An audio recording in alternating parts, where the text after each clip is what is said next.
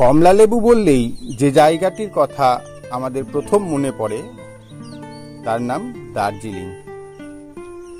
বর্তমানে আপনারা যে গাছটি দেখছেন তার নাম হলো দার্জিলিং জায়ান্ট, অর্থাৎ দার্জিলিংয়ের কমলা লেবু। এতে বসানো একটি ছোট্ট চারা।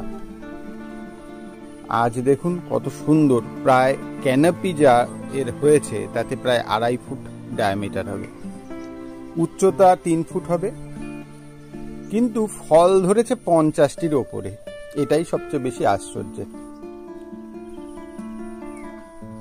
এতগুলো ফল ধরবে এটা আমার কাছেও খুব একটা আশা ছিল না।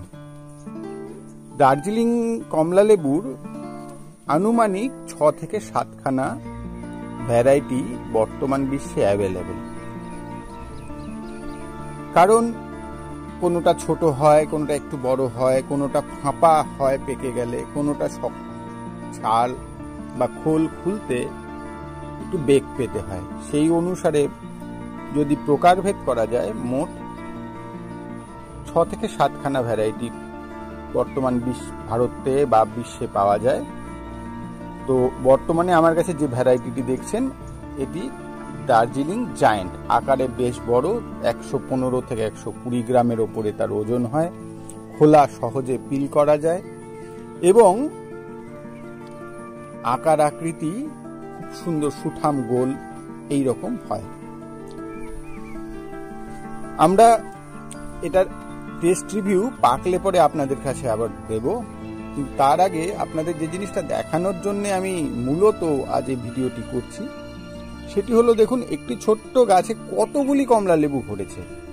সবচেয়ে মজার কথা হলো, কমলা লেবু বা লেবু গোত্রীয় কোনো গাছ যদি আপনাকে করতে হয় তাহলে আপনাকে ধৈর্য ধরতে হবে। কমলা লেবু 10 মাসের বা লেবু 10 মাসের শস্য।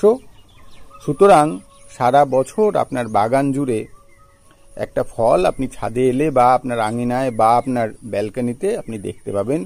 এটাই সবচেয়ে বেশি আনন্দের। তো বন্ধুরা, আজ এই পর্যন্তই থাক।